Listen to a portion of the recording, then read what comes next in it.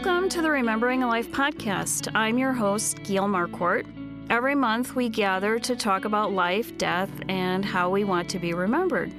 Today I'm talking with Katey Houston, Director of Family Care for Return Home, a funeral home in Auburn, Washington that specializes in terramation, also known as natural organic reduction or human composting.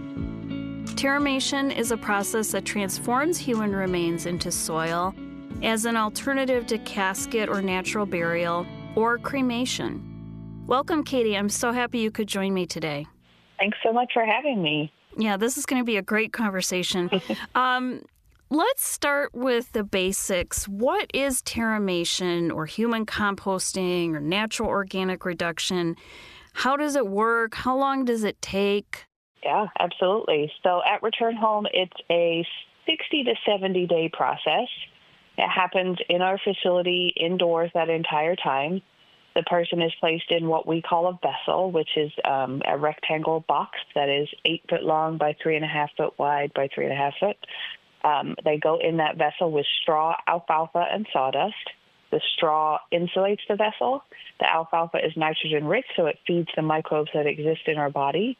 And the sawdust absorbs our moisture.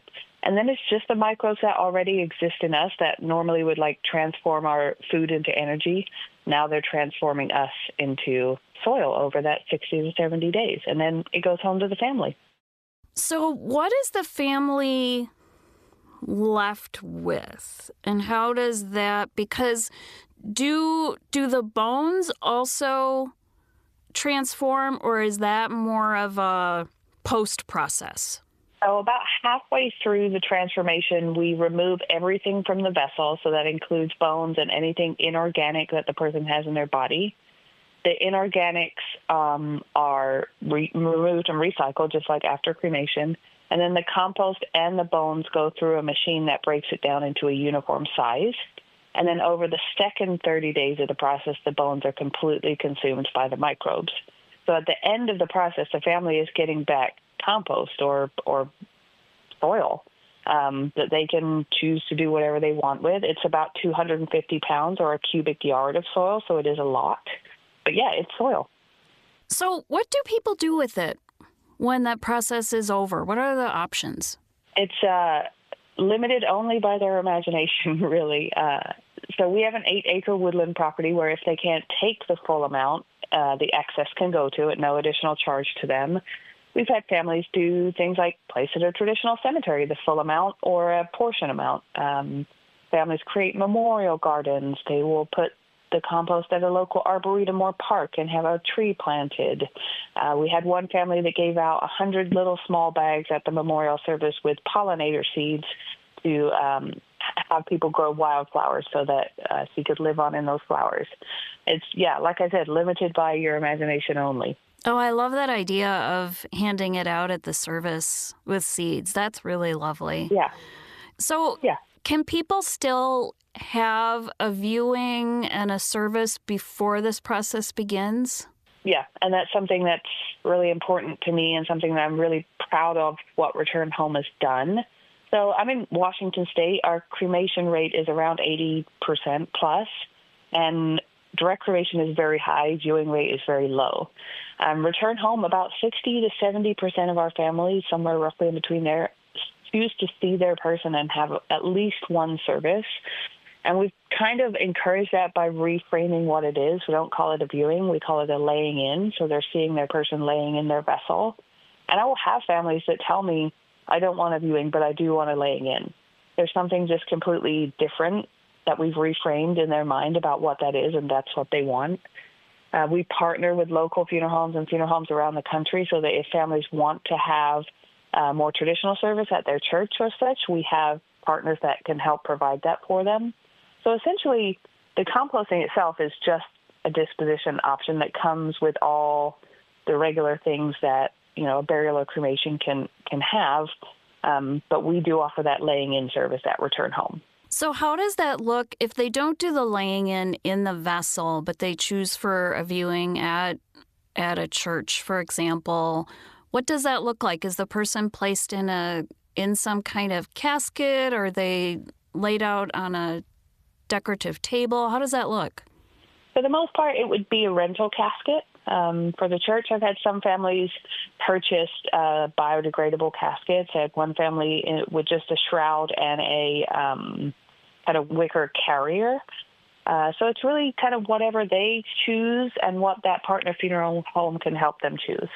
So I understand that loved ones can visit their loved one's vessel as often as they want throughout the process. Is that correct? That is true, yes. I love that. I think, to me, that's one of the most valuable parts of choosing this option, because that time after a death can be so incredibly difficult, and to be able to go and visit that place where their loved one is during that process just sounds really meaningful. How do families react to that? It's my entirely favorite thing about the process. It's so beautiful to watch. So essentially our facility, it's indoors. It's a warehouse space, but we've created a community space where people can come and visit whenever they like. For their first time visiting, we like to be there to show them where their person is, but after that, they can be buzzed into the facility at any time. They can touch their person's vessel. They can decorate the outside. They can sit and have their lunch there or have a coffee there. They can sit and chat with us. We can work through things that they need to take care of after a death whilst being there with their person. It's like a slower separation for them from their person. So it allows them to kind of work through their process with their person there. And one of the coolest things is the vessels get warm just from the microbial activity. So sometimes you'll come out and you'll see a family with their back just up against the vessel or hugging their vessel because they can feel their person's energy transforming inside of that vessel. It's one of the most beautiful things I've ever seen. Oh, my goodness. I didn't know about that. That is really amazing and wonderful. What you're talking about is that it really helps families and friends and other loved ones as they begin that grief journey, right? Exactly. We're slowing down that beginning period so that they can feel what they're feeling and be okay feeling it and be interactive with the process. I feel like doing something is always helpful, so being able to do it there with your person, it's beautiful. How many families do you serve with this process during a year? So we're at about 30 a month right now. That fluctuates and changes. When I first started at Return Home in September of 21, I served one family that month. So it's a constantly growing, steadily process. So we're about 30 a month. And do you know how many states offer this now? I believe it's roughly 10. All states have legalized the process so far. Washington and Colorado are the only states with facilities in them. Germany also has a facility, and then there's 11 more states with it on their docket this year, with Texas and Georgia being the most recent. Okay. And if someone lives in a state where this isn't possible, where there isn't a facility yet, they're able to ship that body to a state that does do this, correct? That is absolutely correct. And we've worked really hard to build up a network of partner funeral homes so that families can access this through a funeral home that they are familiar with locally and ship their person to us. So tell me about the environmental impact and the benefits of doing this as opposed to maybe a natural burial where the person is simply wrapped in a shroud. Yeah. So for us, a natural burial is the gold standard. It's the most eco-friendly death care option. But for a lot of people, it's not obtainable. There's 3 cemeteries in our state that are at least 3 hours away from where I currently live. We're kind of the urban version. And for the family that wants something back, like cremated remains at the end, to do something with at home. So whilst green burial is the gold standard for us, we are more eco-friendly than cremation and a traditional burial, and more accessible for more people. But for the most part, that's not the reason that people are picking our process. Honestly, I thought it would be too. But for the most part, it's people that just want something different. They just don't see themselves wanting cremation or burial, and this is an option where they get to go back to their land, or they get to grow a tree, or any number of different end options for them. But for the most part, it's just people that just don't want cremation or burial. I understand you also do advocacy work to encourage passage of organic reduction legislation in other states. In fact, you started the I'd Rather Be Compost movement. How is that going? Yeah, it's very exciting. So it kind of started off as just a place for us to have resources for folks that wanted to download a letter to send to their legislators or something like that. And it did become this movement over social media, and it's been such a grassroots campaign where in most of the states that it's passed or even that legislation is coming up, it's been consumer driven. We've been there to support, but it's been the consumer that is putting that forward, and that's really exciting to me. We have merch that we sell on the I'd Rather Be Compost website, and I have been out in my I'd Rather Be Compost shirt, and I'll have people yell across the store I want to be compost too. So it's very exciting to see people excited about something in death care. Yeah, that's awesome. Do families ever push back? If someone selects this as the option that they would like after they die, do you ever have families kind of say, I don't know, I'm not really comfortable with this? And how do you encourage them to think more about it and to be more accepting of what their loved one has chosen? Absolutely. Our imaginations are our best friend and our worst enemy, I think. And for the most part, when someone has reservations, it's because they don't understand. They're thinking that there's a compost pile that we're putting multiple people on or some awful version of that. And if you could walk them through the process, and that's something we pride ourselves in, is we're completely transparent and open, so they can literally see the entire process if they want to. And once their imagination calms down and truly understands what the process is, I have never had someone be truly against it after. Maybe they're not going to choose it for themselves, but they are comfortable with what it is and can understand why other people are choosing it. Specifically, I remember one time we had a family where a lady had died fairly young, and her mom was elderly, and she came in with the family to kind of make arrangements. And she had a pre-need for traditional cremation at another funeral home. And when she came in, she said, you people are scammers. And I knew right from the start she was my kind of person. And we sat down and we had probably a 2-hour conversation about all of the different death care options, and then exactly what we were doing at Return Home and what was going to happen to her daughter. And we talked about what she could do with the compost at the end. And then a couple of days later, the funeral home where she had her pre-arrangement for cremation with called us and said, hey, this lady came in and she wants to change her pre-arrangement with us to terramation. And that was the moment I knew that we had something here. And we just had to spend time to educate people and have a conversation with them. And then things are okay. Oh, that's awesome. Well, don't you find that overall, just having conversations about death can be difficult? Absolutely. So what you're also really doing is encouraging people to think about their options, talk about death with their loved ones, and have a conversation. That's exactly what we're trying to do. And yes, we are Return Home and we offer terramation, and we would love for you to choose that. But in reality, we want you to make an educated decision on what it is that you want, whether that's us or not, or something else. Right. So how did you get involved? What's your background? How did you get involved in funeral service, and how did you come to Return Home and being a big fan of composting?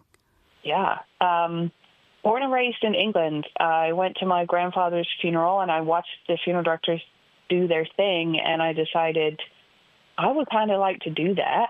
And then I also felt like his service didn't really fit him, and maybe I could do something different for other people. So I went to mortuary school for the first time at 16 in England.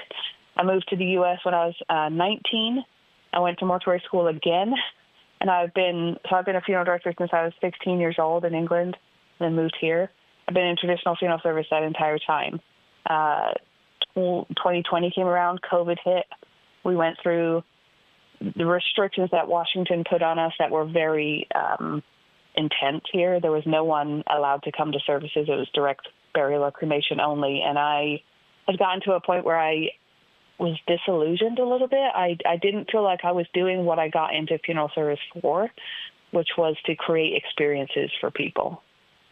And so I thought maybe death care wasn't for me anymore, and I would try something else. And then Micah called me from Return Home and said, I want you to come see what we're doing. I'd really like for you to come work for us. And it kind of seemed a little bit like an oasis in the desert. It was a place where I got to come to and create ritual. It was a new space where I got to kind of create from the ground up. And that was really enticing to me and felt like what I'd gotten into funeral service for.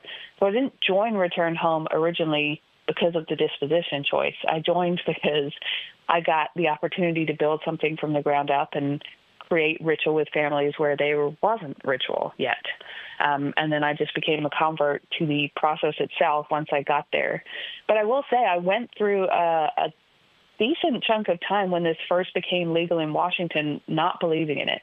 I first met Micah at a Washington State Funeral Directors Association conference, and I believe I told him, I will never offer your service to my families, because I'd been fed this narrative that didn't make sense to me, that bones magically disappear and we're here to disintermediate the funeral home, and this is something that's going to shut down traditional funeral service. And then Return Home came about and showed me that it could be different, that we're part of the death care space. We're not here to completely disrupt it. We're here to add another option.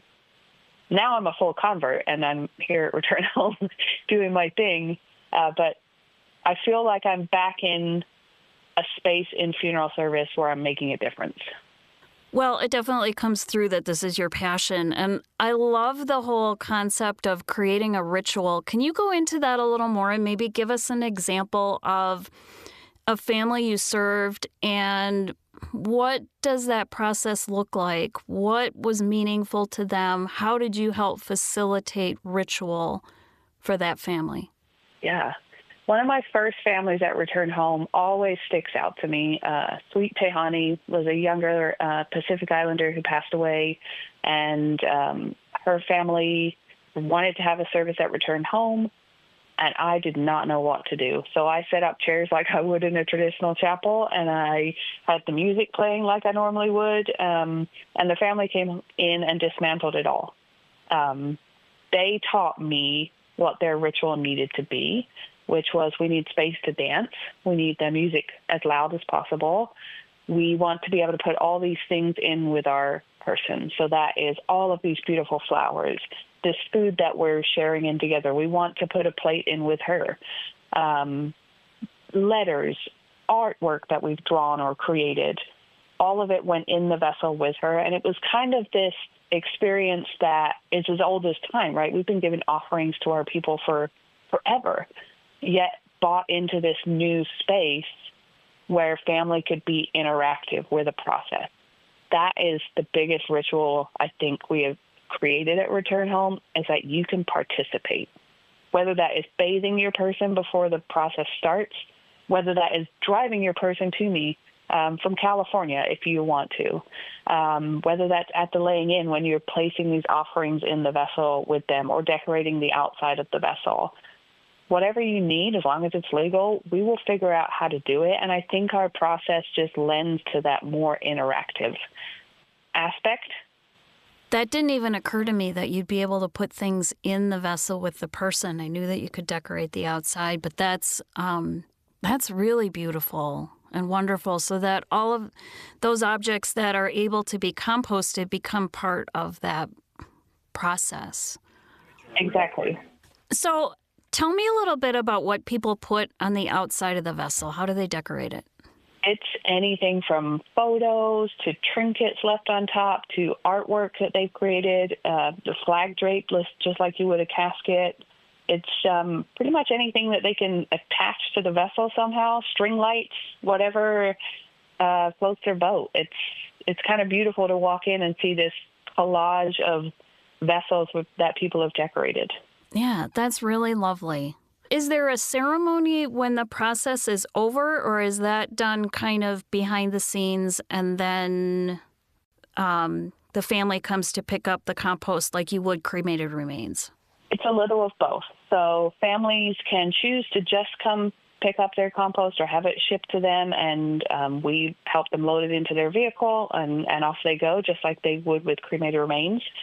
Sometimes families choose to have what we've kind of called a laying out ceremony, which is when their compost is laid out for them to look at and to touch and to decide what they want to do with. And we can help them understand that this is nutrient-dense compost and we have to mix it with regular soil. And maybe we can help them plant some things up so that they can give it out. It's entirely what the family is comfortable with. Some families need more help to visualize what they're going to create with their compost. We've partnered with some local companies that will help them create container gardens, or local nurseries that will help them with the correct plants for their area. So it's entirely up to the family on what they need at that time of release for what we do for them. Really specialized. That's wonderful and unique to each family. Yeah. Is there anything that we haven't covered that you really want to tell us about composting? I think some of the fun things that people put inside the vessel, that's been fun to watch.